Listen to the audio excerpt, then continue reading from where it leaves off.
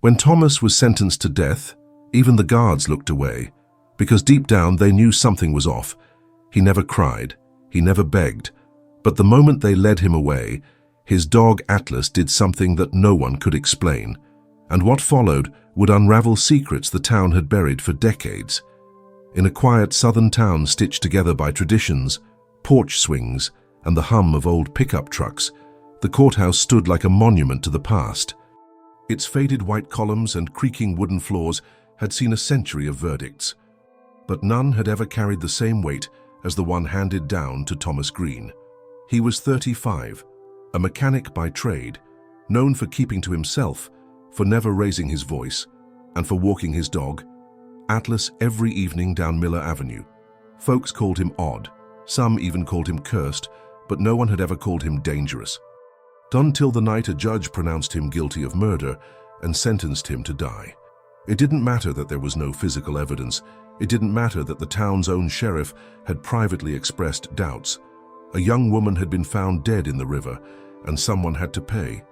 And Thomas, quiet and friendless, made an easy target. The courtroom gasped when the verdict was read, but no one spoke up. Fear and habit had long since taken the place of justice. Outside, Atlas waited patiently beneath the oak tree across from the courthouse doors. The black Labrador mix, with eyes too intelligent for comfort, didn't flinch when the sirens started. He didn't move when the reporters shoved cameras into his face.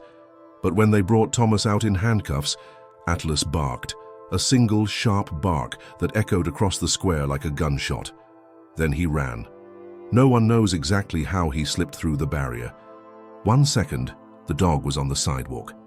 The next, he was leaping onto the prison transport van, scratching at the door, growling low and primal, like something ancient had awakened in him. The deputies shoved him off, but he returned again, and again and again.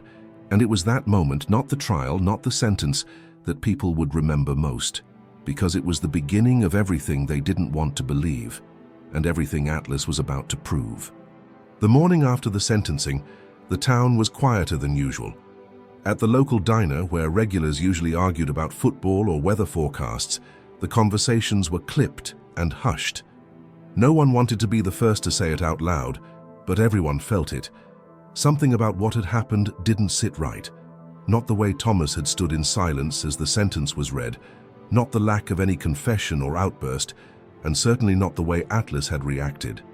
Maggie, the waitress who'd been serving coffee since before most of the customers had gray hair, was the first to say what everyone had been thinking. She poured a fresh cup for Sheriff Darnell and murmured, "He didn't do it. You know it too, don't you?" The sheriff didn't look up.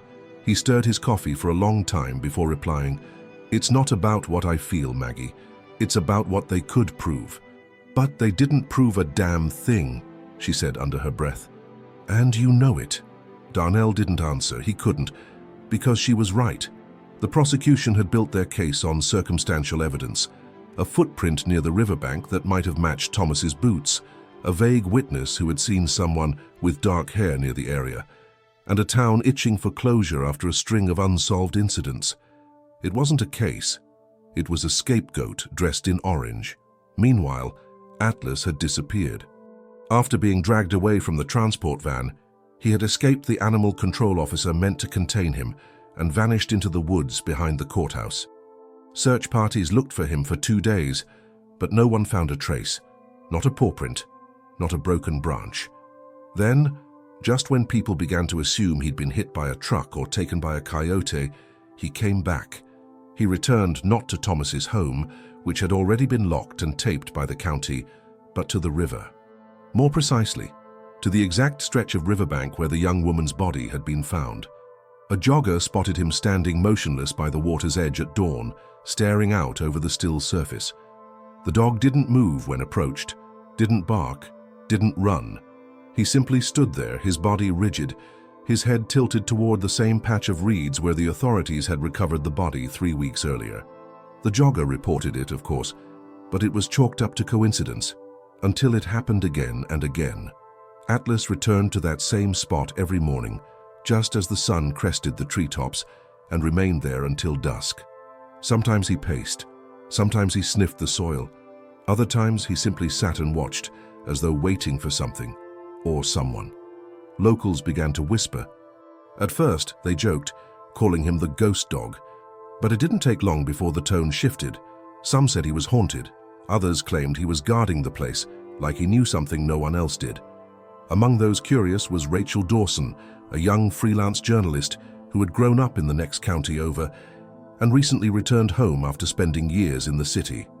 She had covered trials, protests, corruption scandals, but nothing about this town ever seemed to surprise her.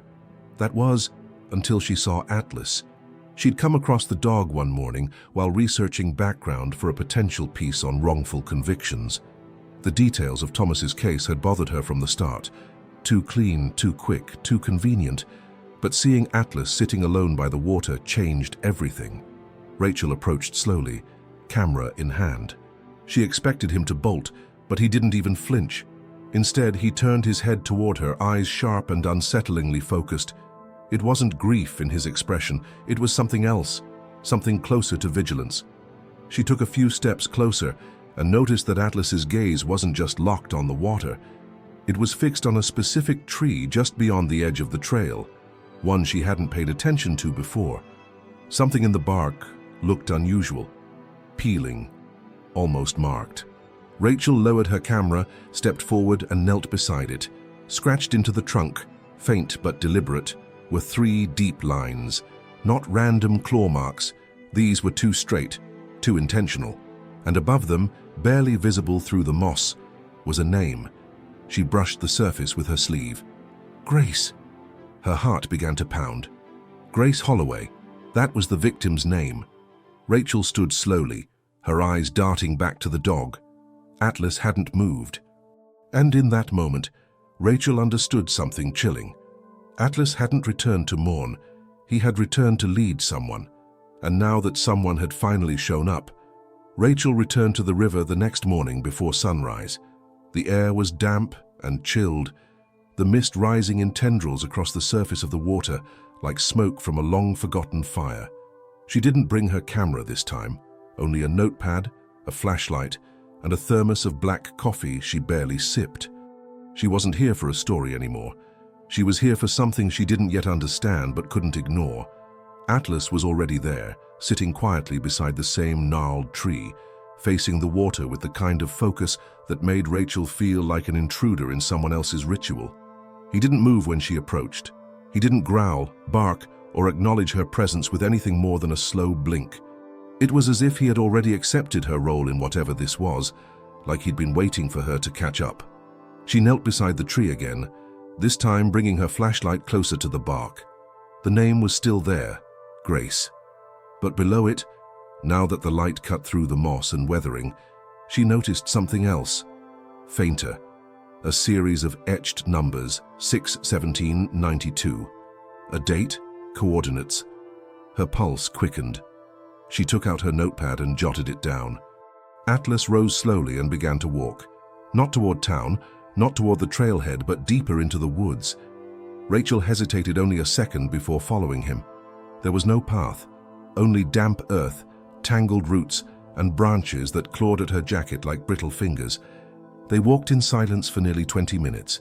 Rachel's breathing grew shallow, more from anticipation than exertion. Finally, Atlas stopped at the base of a decaying cabin, small, sunken, almost swallowed by the forest around it. It looked abandoned for years, maybe decades, with a collapsed porch and broken shutters hanging crooked from their hinges. Yet something about it felt disturbingly intact, as though its secrets had simply gone to sleep. Rachel stepped forward cautiously. The air smelled of rot and iron. She pushed the door open, half expecting it to fall from its frame, but it held. Inside, dust swirled in the beam of her flashlight. A table sat overturned in the center of the room. Scraps of torn paper littered the floor, along with a rusted lantern, a single boot, and what looked like dried blood smeared along the lower edge of a cabinet. Rachel's breath caught in her throat. She moved slowly, stepping over broken floorboards, until she reached the far wall. There, pinned with a nail so rusted it had nearly dissolved, was a faded photograph. It showed a young woman, Grace, smiling beside a man whose face had been scratched out violently with something sharp. Behind them, stood the same tree where Rachel had found the etching. She took a photo with her phone, hand trembling slightly, then looked down to find Atlas sitting at the threshold, watching her. He hadn't stepped inside. He didn't need to. He had already been here. Rachel returned to town and spent the rest of the afternoon digging. She visited the public records office, combed through property archives, and eventually found a permit issued in 1991 for the cabin site. The name on the document stopped her cold. Edward Holloway, Grace's father. Her hands froze above the keyboard. Grace Holloway had died at 23. According to every official record, she had been living with her cousin when she disappeared. Her father, a retired foreman, had passed away 5 years earlier, well after the cabin had already fallen into disrepair. So why had her name been carved into that tree? Rachel pushed deeper, requesting sealed police documents through a contact she still had in the city. What she received later that night changed everything. In the original missing persons report filed in the early stages of the investigation, Grace's mother had stated that her daughter had been involved in a volatile relationship with a man she refused to name. The statement had been redacted in the trial documents. The man's identity had never been revealed in court. Thomas Green had not even known Grace personally, at least not according to official testimony. Rachel now knew this wasn't true. She reviewed court transcripts again, line by line. The prosecutor had emphasized Thomas's reclusive behavior, his lack of alibi, his proximity to the river. But nowhere had they disclosed the early mention of a boyfriend. Nowhere had they acknowledged that the crime scene, supposedly random, was within walking distance of a property once owned by the victim's father. It wasn't incompetence. It was suppression. And Rachel had only one explanation for how she had found any of it. She turned toward the window, where Atlas sat beneath the porch light, waiting, eyes locked on hers through the glass. Not begging, not demanding, just watching, as if to say, "Now do you believe me?" The next morning, Rachel would return to the river with Atlas, but this time, someone would be following them, and they weren't the only ones digging into the past. By the time Rachel arrived at the river the next morning, the mist had already begun to lift, exposing the skeletal trees that lined the bank like silent sentinels. The air had that heavy tension, thick and unmoving, that always seemed to settle before something broke. Atlas was already there, sitting beneath the tree, as he had every morning since Thomas's arrest, but this time he wasn't alone. A silver sedan sat parked just beyond the trailhead, engine still warm, windshield fogged on the inside. Rachel slowed her pace. She scanned the area carefully, trying to spot movement, but saw no one. As she approached the riverbank, Atlas stood up, his posture alert, and turned not toward her but toward the woods behind them. Rachel froze, a rustle in the brush, a snapping branch. She turned quickly, her heart slamming against her ribs. But when she looked, there was nothing, no figure, no sound, just the stillness of trees swaying gently in the breeze. Atlas, however, didn't relax. He kept his body facing the woods, his head low, ears pricked. Rachel knelt beside him, resting a hand gently along his back. His muscles were tight. She whispered, "You saw them too, didn't you?" She took a deep breath and turned back toward the tree. She needed to see the scratch marks again, the date, the name, the coordinates. But the bark had changed. Someone had scraped at it. The name Grace was still barely visible, but the numbers beneath it had been gouged out, the trunk wounded by a knife or a chisel in a hurried attempt to erase them. Rachel stared in disbelief. The last time she'd been here, she was the only one besides Atlas who had known. Now, someone else did too, and they wanted it gone. She rose to her feet and scanned the area again, this time moving quickly along the edge of the trail. Behind one of the trees near the clearing, she found what she'd feared. A cigarette butt still warm to the touch and fresh boot prints in the soft earth, leading away from the site. Whoever had come had been watching. Back at her car, Rachel locked the doors and checked her phone. A voicemail from the contact at the city had come in late the night before, one she hadn't noticed. She pressed play. "I shouldn't even be calling," the voice said, muffled and low. "But someone just accessed the Holloway file. Internal request, not standard. They're trying to seal it again. I don't know how long you have, but if you're digging..." Be careful who you trust. The line went dead. Rachel sat motionless for several seconds, trying to steady her breathing. Whoever was trying to shut this down wasn't working alone, and they had access to records she shouldn't have seen. If she wanted to go further, she'd need help, but she couldn't risk going to the sheriff's department. Not yet. Too many of the officers who had worked the original case were still employed, and if the rot had started from within, they'd be the last ones she could trust. Her thoughts turned to someone else. An old college friend, Marcus, now working as a private investigator in the city. They hadn't spoken in years, but she knew he owed her a favor, one that had nothing to do with work and everything to do with something she'd helped him bury long ago. That night, she drove into the city, Atlas beside her in the passenger seat. He sat upright the entire ride, as though sensing that they weren't just leaving town. They were crossing a threshold into something far more dangerous than either of them had anticipated. Marcus met them in the back booth of a diner near the edge of town. He looked older, thinner, more tired, but his eyes were still sharp. After catching up for a few minutes, Rachel laid out everything: the trial, the missing evidence, the hidden relationship between Grace and an unnamed man, the cabin, the vandalized tree, and the voicemail. Marcus listened in silence, occasionally glancing at Atlas, who sat at Rachel's feet like a statue carved from obsidian. When she finished, Marcus leaned in, voice low. "The man in that photo with Grace, I think I've seen him before. There was an article years ago about a local business owner involved in a domestic disturbance. The charges vanished, but the girl never filed officially. The description fits, and get this, he's now running for district attorney." Rachel felt a chill run down her spine. "You think he was the one Grace was seeing?" she asked. Marcus nodded. "I think you just kicked a hornet's nest." But before Rachel could ask another question, her phone buzzed again. This time, it wasn't a voicemail, it was a photo, sent from an unknown number. The image showed Atlas standing outside her motel door, and the message read, "You're not the only one he leads." Rachel stared at the photo on her phone for what felt like minutes, her thumb hovering above the screen as if touching it might trigger something irreversible. The image was recent, too recent. It had been taken no more than an hour ago, just before she and Marcus arrived at the diner. Atlas standing outside the door of her motel room, his dark fur barely distinguishable from the night around him. The angle suggested it had been taken from inside a car parked just across the lot. Whoever had sent it hadn't just been watching her. They had followed her to the city. Marcus leaned across the table, reading the message over her shoulder. "You're not the only one he leads. What the hell does that mean?" Rachel locked the phone and slid it into her pocket. Her face was pale, but her voice was steady. "It means we're not alone in this. Someone else is watching Atlas, or following him, and they know I'm getting close." Marcus didn't need convincing.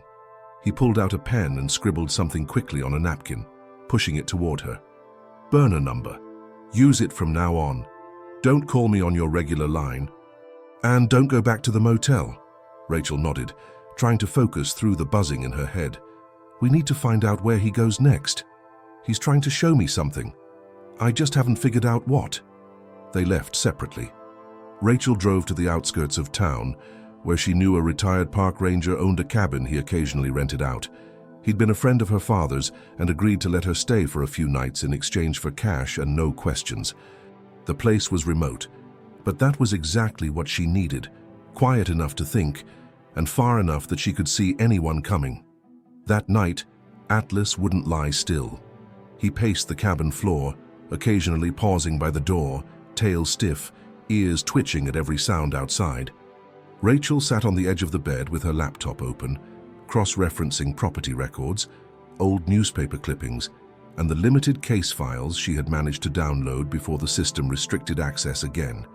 And then, just past midnight, Atlas barked once, low and urgent. He stood by the door, paw raised, staring at her.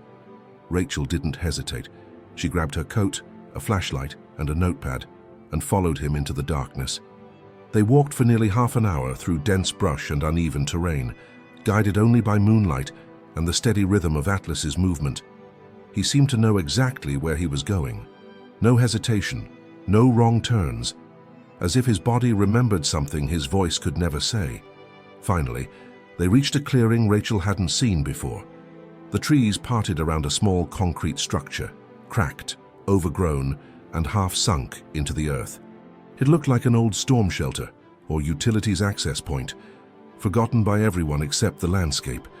Atlas approached it slowly, sniffed around the rusted hatch, and then sat beside it, facing Rachel. She stepped forward cautiously, gripping the edge of the hatch and pulling with all her weight. The metal groaned, reluctant, but it gave. A wave of stale air hit her face, damp, earthy, and tinged with something metallic. She shined the flashlight inside.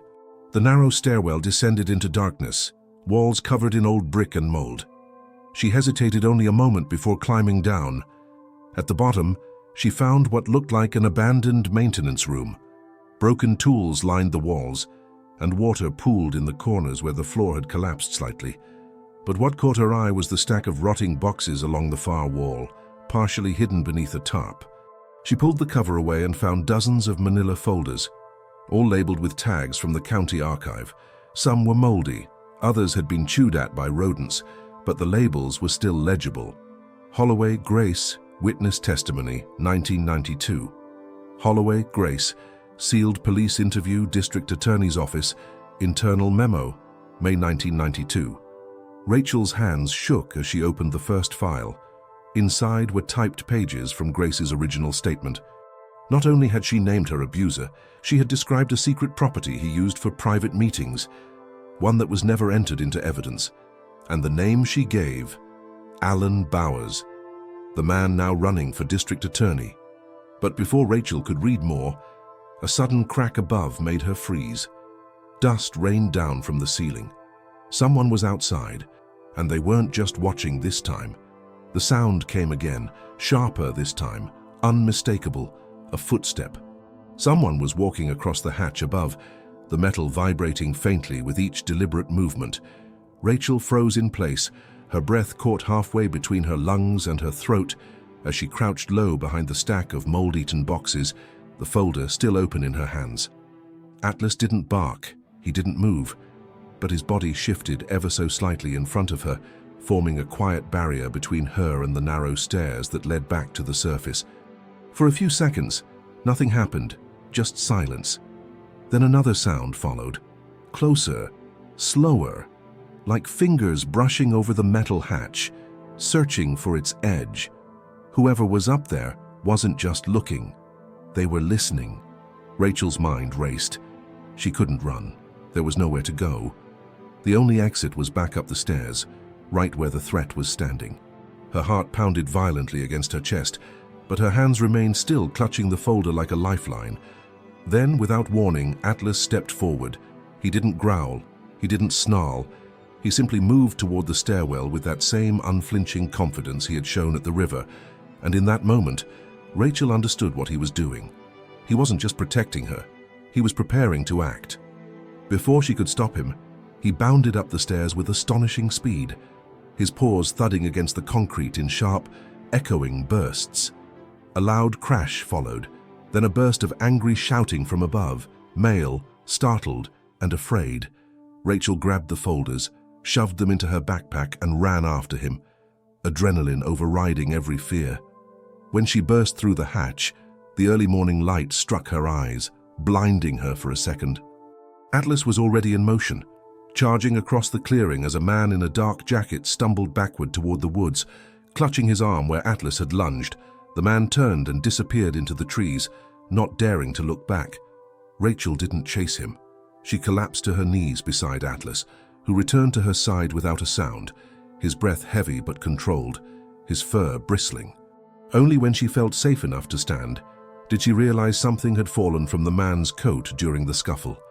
A leather-bound notebook, half buried in the leaves, lay just a few feet from the hatch. She picked it up, flipping it open quickly. The pages inside were filled with notes, addresses, phone numbers, and dates. Some matched the timeline of Grace's disappearance. Others seemed more recent. One, written in thick red ink, was circled twice. Execution rescheduled, Friday. Rachel's stomach dropped. She checked the calendar on her phone. Friday was in 3 days. She didn't sleep that night. Back at the cabin, she laid everything out on the floor. The folders, the notebook, the photo of Grace, the court transcripts, and the original police statements. She cross-referenced every address, every name. It became clear that the same man, Alan Bowers, had been pulling strings behind the scenes for years. He had silenced Grace. He had manipulated the investigation. And now he was poised to become the new district attorney, while the man he framed was days away from a lethal injection. Rachel knew she had to act. She couldn't just hand this over to the local sheriff's office, not when half the people who had ignored the truth still worked there. Instead, she contacted Marcus again, meeting him before dawn at a storage facility he used as a temporary base for sensitive work. She handed him the documents and the notebook. "We have everything we need," she said, voice hollow from exhaustion but clear. "We leak this now, with evidence, with testimony, we go public, and we do it before Friday." Marcus agreed. He would contact a journalist at a major national outlet, someone known for integrity and reach, and Rachel would prepare a full timeline of the case, from Atlas's behavior to the sealed witness files. But they both knew time was running out. Back at the cabin, Rachel sat on the floor beside Atlas, her back resting against the wall as she stared out the window. He lay beside her, head on her lap, eyes closed but ears still alert. "You knew," she whispered. "You knew the whole time." Atlas didn't respond, of course, but she liked to believe he understood. Rachel sat frozen in front of her laptop, eyes locked on the subject line of the encrypted message. "You found the wrong truth. Keep digging. Look at what was hidden in the autopsy. No sender name, no reply address, just a file attached. Autopsy report, Grace Holloway, confidential, PDF." Her hands hovered over the trackpad. She had no idea who had sent it, or why now. Maybe it was a warning, maybe it was bait, but there was no going back. She clicked. The file opened with a watermark diagonally burned across the page. "Internal review only, not for public release." She scanned the first few lines quickly. Grace Holloway, age 23, cause of death, drowning. But as she kept reading, something felt wrong. Too little detail, too many generalities. The toxicology report was missing entirely. Even the photos, usually archived digitally, were absent. At the bottom of the file was a single, redacted note. "Mark consistent with injection site. No toxic agents found. No further analysis conducted." Rachel's blood ran cold. She pulled up the publicly released version of the report, one she had downloaded during her initial research. It was nearly identical, but that line was missing, completely removed. Someone had deliberately erased the only reference to an injection mark found on Grace's body. Her mind began connecting pieces. Grace was found in the river. Drowning had been listed as the cause of death. But what if she had been unconscious, drugged, before she was submerged? And what if that wasn't an accident, but a method? She stood up abruptly, grabbing her notes and heading for the shelf where she'd stored the physical files from the maintenance room. In the sealed police interview, Grace had mentioned being afraid of someone who liked control, someone who had threatened her to stay silent, someone who knew how to make people disappear. Her words, dismissed by investigators as emotional exaggeration, now took on a new weight. Rachel called Marcus on the burner phone. "The autopsy was doctored," she said. "There was an injection mark. Someone wiped it from the final report. And that means that she may have been murdered before she hit the water," Marcus finished, his voice grave. "I'll send this to the journalist, but you need to be careful. Whoever scrubbed that file had enough access to reach into medical records. That's not just corruption. That's collusion." "I know," Rachel replied. "And I'm going back to the Holloway cabin." Marcus tried to stop her, but she had already made up her mind. She needed to know what Grace had been trying to say, what she had hidden, or written, or left behind. Atlas followed without hesitation, his presence now not just comforting but necessary. Every time she hesitated, he moved forward, as though guiding her past her own fear. The forest around the Holloway cabin felt different this time, quieter, as if it too was waiting for something. Rachel stepped inside the crumbling structure, flashlight sweeping the room until it landed on the back wall near the fireplace. Something was different. The bricks on the lower left side had been disturbed. She knelt, pried one loose, and reached inside the narrow space behind it. Her fingers brushed against something hard and smooth. It was a cassette tape, old, dirty, wrapped in a faded red ribbon. She stared at it for a long moment before placing it into her bag. Back at the cabin, she borrowed an old player from the Ranger and pressed play. The tape crackled to life, the hiss of old magnetic tape whispering in her ears. Then a voice, young, fragile, tense. It was Grace. "If something happens to me," she began, "I need someone to hear this. I tried to leave. I tried to run, but he found me. He said no one would believe me, that he knew how to clean up everything. He said he had friends in the police, that in court I recorded him once. I was scared to keep it, but I couldn't destroy it." The tape clicked. Then another voice came in, cold, measured, male. "You think you're special, Grace? You're not. You're a child with no future.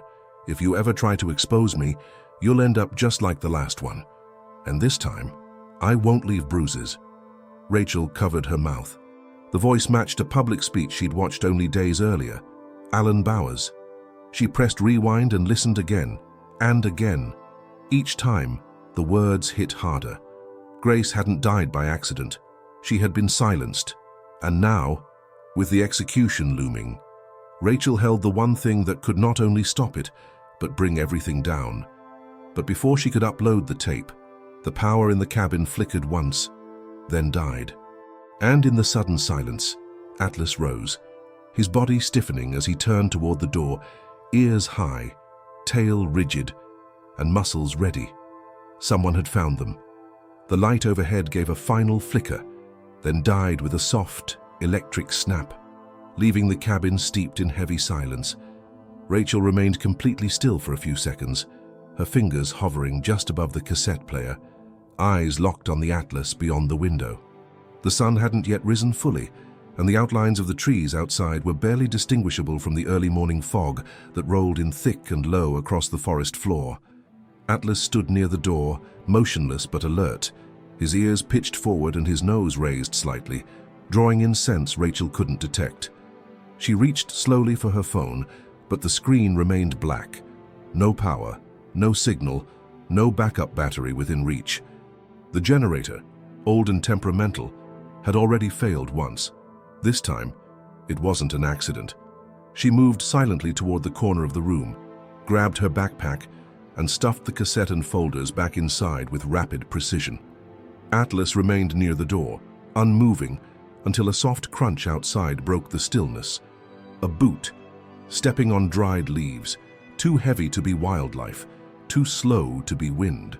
Rachel looked toward the back exit. The ranger's cabin had a secondary door leading toward a slope behind the property, one that curved around toward the river path if followed long enough.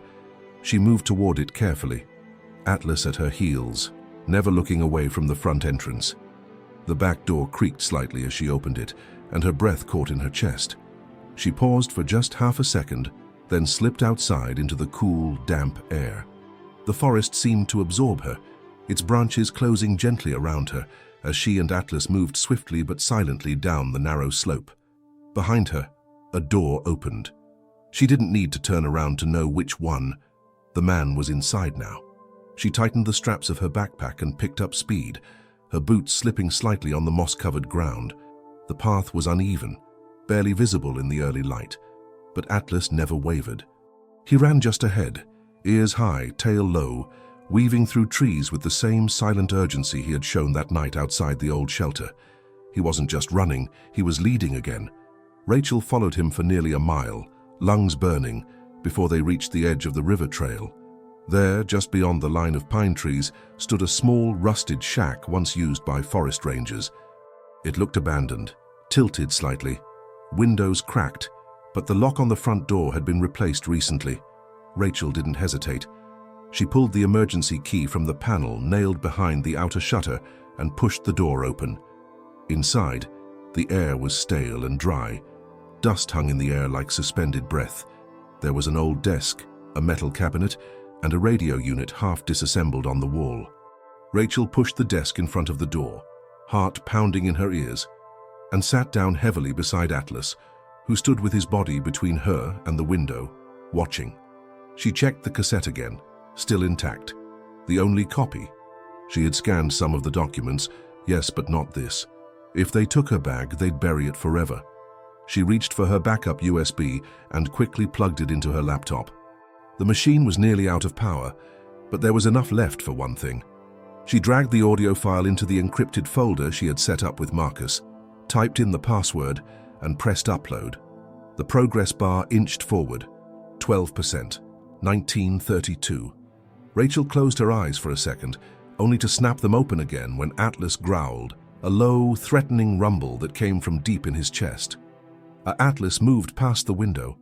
A figure, male, tall, broad shoulders, moving slowly along the outside wall of the shack, looking for another way in.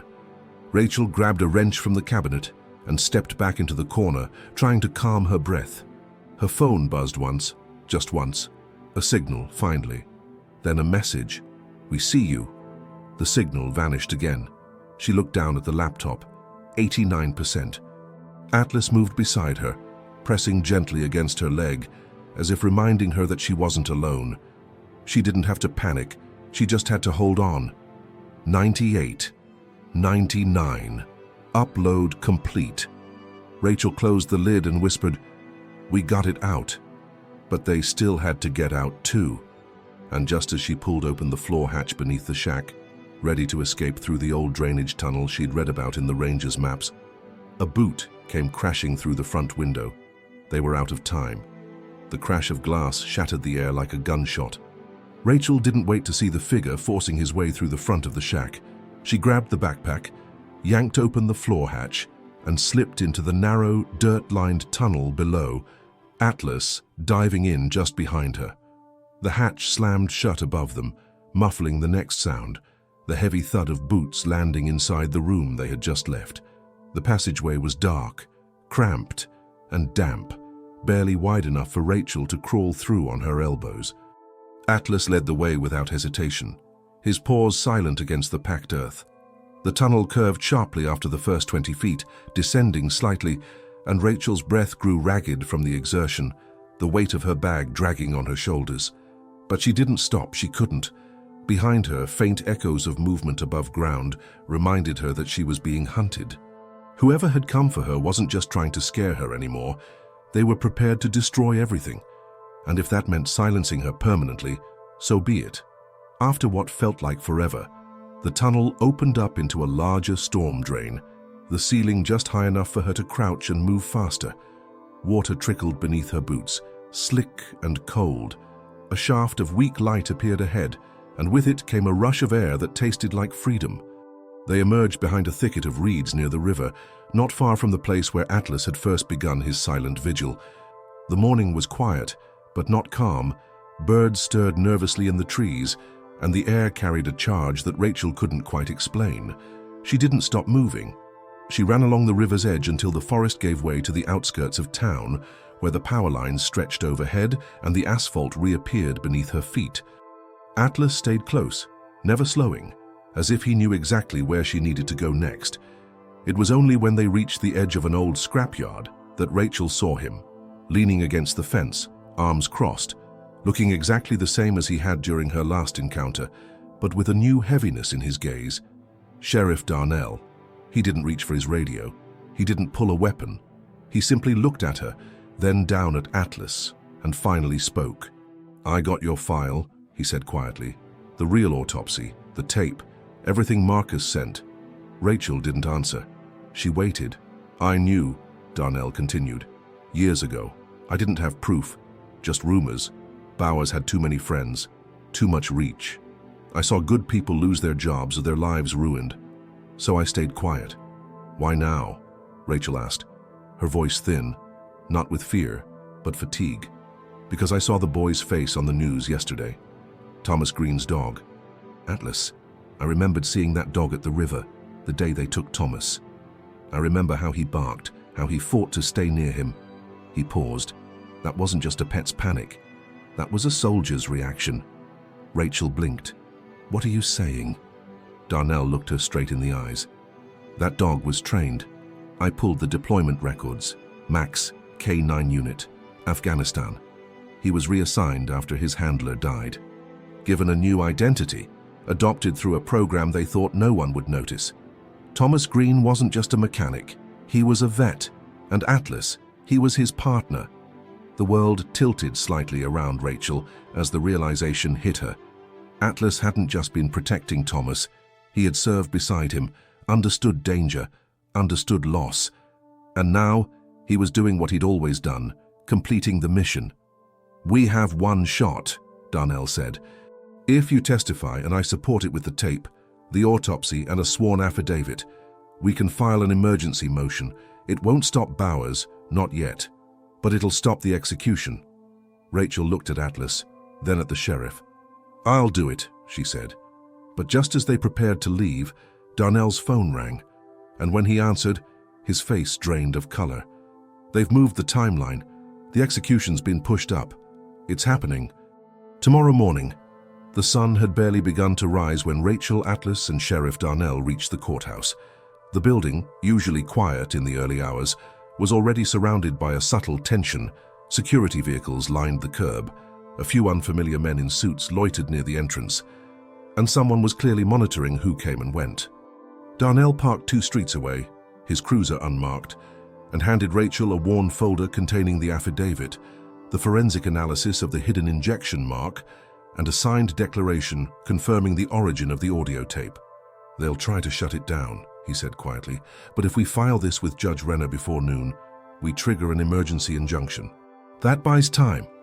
Rachel gripped the folder tightly, the weight of everything they had uncovered pressing into her chest like a stone. Atlas stood beside her, ears high, body tense, not barking, not pacing, just waiting for her cue. He had been silent through the entire ride, but his presence filled the car like an anchor, grounding her as panic threatened to seep in around the edges. They made their way through the side entrance, bypassing the main doors where cameras had already begun to gather. News had started to break, first as whispers online, then as headlines on local broadcasts.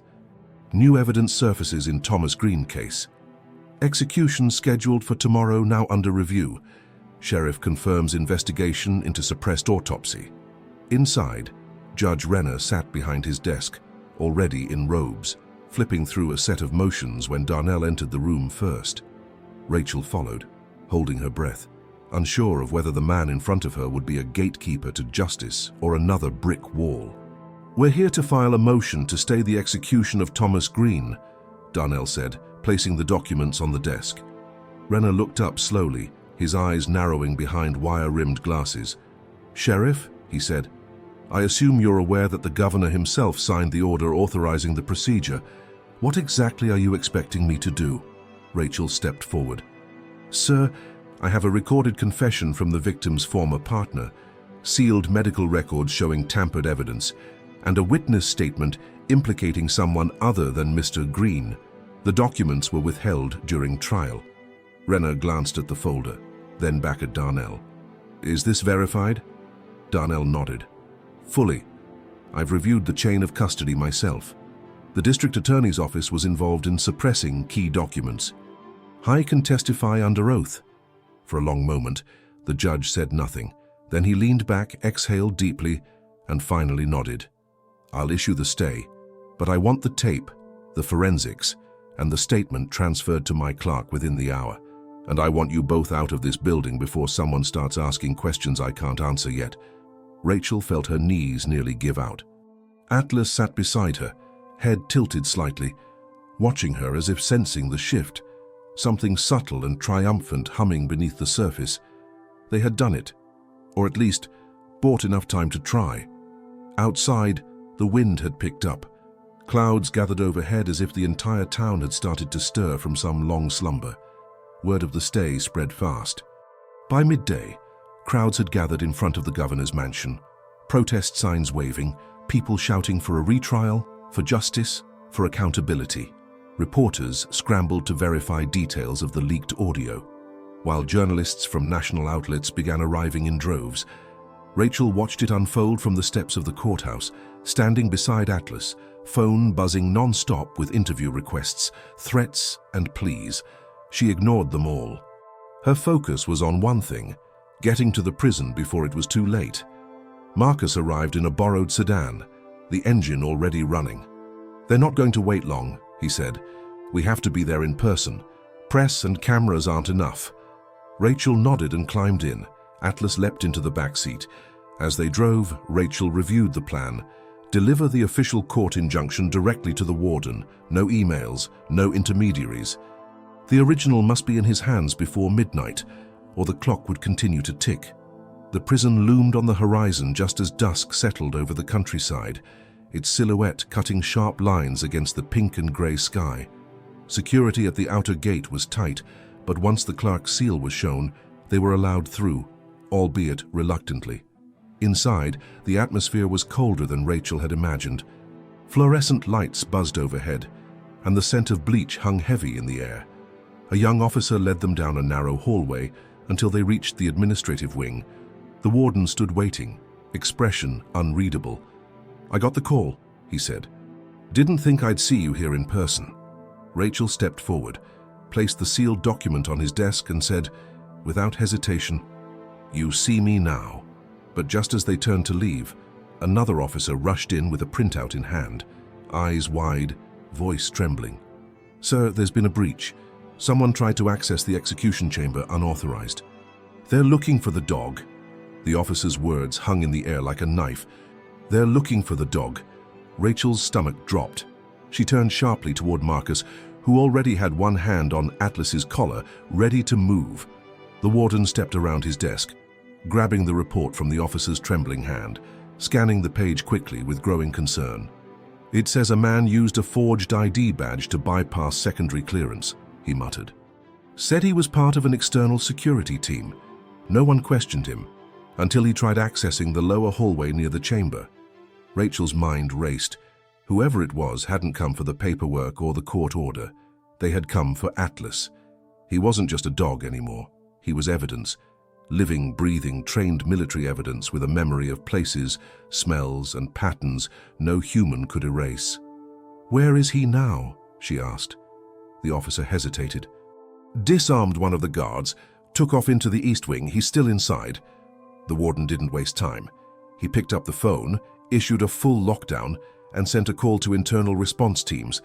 The entire prison, walls of steel and concrete, would soon become a trap for both predator and prey.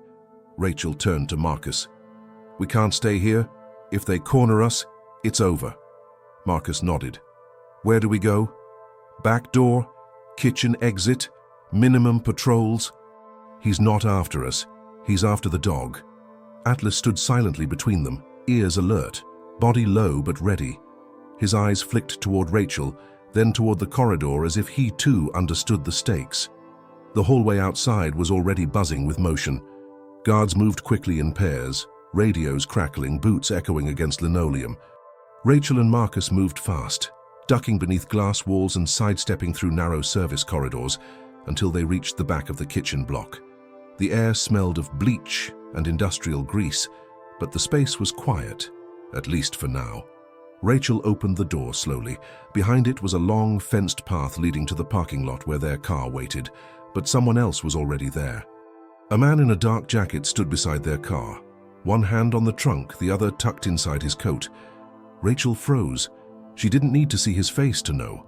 He was the intruder, the one from the cabin, the one who had sent the photo of Atlas.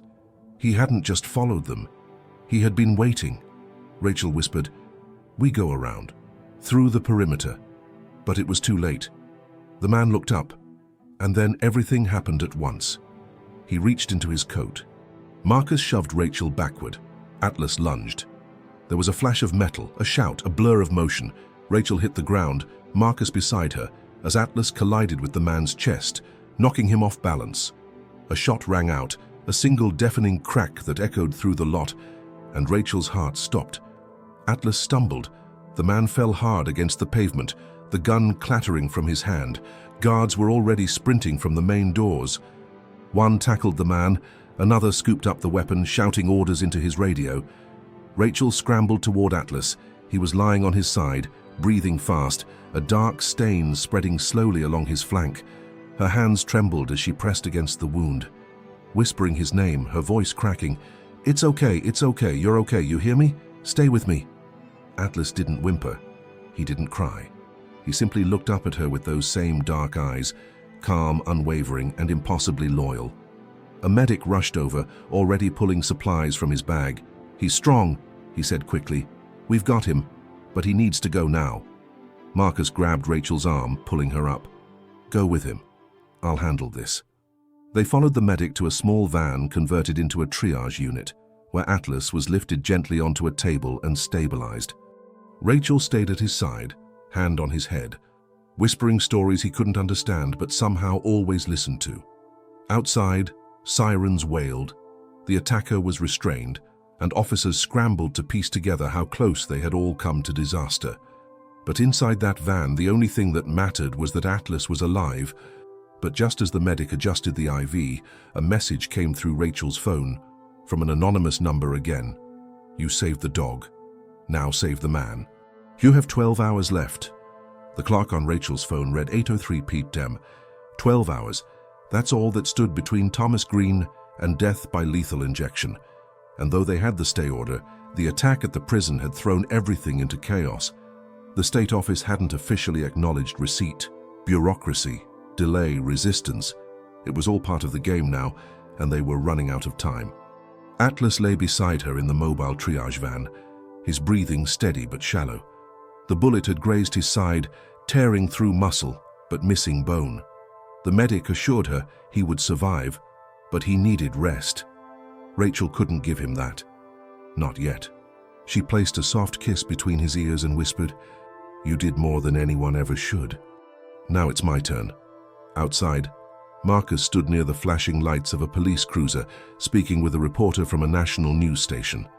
Cameras were everywhere now. The story had reached the wire, and once it had, there was no stopping it. The public had begun to awaken, and what they saw shook them.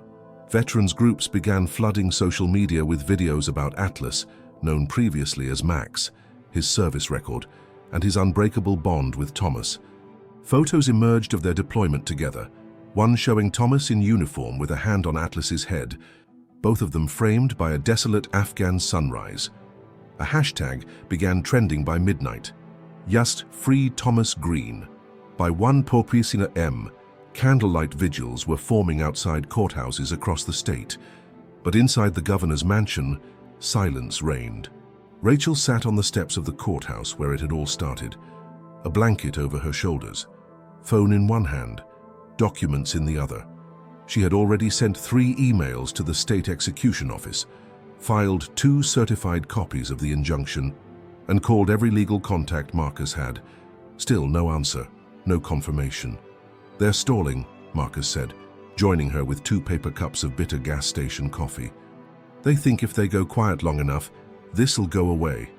Rachel looked up at the courthouse clock. "It won't? Not this time." At 2:17 a.m., her phone buzzed. Unknown number. She answered immediately. The voice was flat, official, cold. "This is Deputy Warden Lister. We received your documentation, but unless the governor issues a formal hold, the execution will proceed. A stay order requires administrative acknowledgement. We have none on file." Rachel's voice didn't shake. "You received it. It's been logged. If you go forward, you'll be personally responsible for executing an innocent man." There was a pause. Then a click. The line went dead. She stood. "That's it. We're going to the Capitol. We're knocking on the damn door." Marcus didn't hesitate. He grabbed the files and followed her to the car. They drove through the night, tires slicing through the wet asphalt, the silence between them heavy but charged with urgency. At 3:30 a.m., they reached the outer gates of the Capitol building. Protesters already stood along the fence, holding candles and signs. Police formed a loose perimeter, unsure how to respond to a crowd that wasn't angry, but determined. Rachel climbed onto the hood of her car and spoke. Not with a microphone, not with a camera, just with her voice. "They have the truth," she called out. "They've seen the evidence. They've heard Grace's voice. They know Thomas didn't do this, but they think if they stall, if they let that man die quietly in a cell, the rest will fade. The crowd grew still. Well, it won't fade, and I won't fade. And this dog, this soldier, he didn't bleed last night so we could watch them kill his partner in the dark. A cheer rose from the crowd. One voice. Then 10. Then hundreds. Free Thomas, free Thomas. A few minutes later, a junior staffer from the governor's office emerged from the side entrance holding a tablet, speaking urgently into a headset. He made eye contact with Rachel and motioned her to follow. She ran.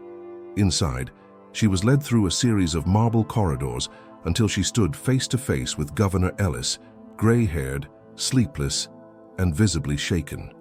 "We received your file," he said. "The order was buried. But I've seen the tape, I've heard the voice." He paused, then added quietly, "And I saw the dog." Rachel didn't blink. "So what are you going to do?" The governor reached for a leather folder on his desk, signed one final document, and handed it to her. "Thomas Green's execution is cancelled," he said, "effective immediately. A full pardon hearing will be scheduled. And I want that dog to testify if he has to." Rachel walked out of the office into the breaking dawn, the document in her hand, the crowd outside erupting into cheers. But all she wanted was to get back to the prison, because she had a promise to keep, and Thomas didn't know he was going to live. The prison gates opened just as the first rays of morning sunlight broke through the grey horizon. The sky was painted in hues of deep amber and pale gold, as if nature itself had been holding its breath through the night, waiting for this exact moment. Rachel stepped out of the car, the official pardon document clutched tightly in her hands, her knuckles pale against the paper. Behind her, Marcus followed, flanked by 2 state troopers and a representative from the governor's office. There would be no more delays, no more stalling, no more excuses. The warden stood waiting in the courtyard, his expression unreadable, shoulders heavy with the weight of what had almost happened. He gave a slow nod, then motioned for them to follow. The group moved in silence through the corridors, each step echoing loudly in the concrete halls, like the tolling of a distant bell. At the end of the hallway, just beyond a locked steel door, Thomas Green sat in a small cell, hands resting on his knees, eyes fixed on the floor. He hadn't asked what time it was. He hadn't asked for a phone call. The silence of finality had settled over him hours ago, and he had accepted it not with fear, but with the quiet exhaustion of a man who had run out of ways to hope. When the door opened, he didn't look up, not until he heard a familiar sound, a soft click of nails on tile, a quiet huff of breath, then a low, deliberate bark, one he hadn't heard in months, his head jerked up. And there, standing in the doorway, tail wagging slowly, fur slightly shaved on his side but eyes bright and alive, was Atlas. Thomas stood, too stunned to speak. Rachel stepped forward, voice low but firm. "You're free, Thomas." They dropped everything. The stay was accepted. The investigation is open. You're going home. For a long moment, he didn't move. Then he knelt, slowly, cautiously, as if afraid it was all a dream that would collapse the moment he reached out.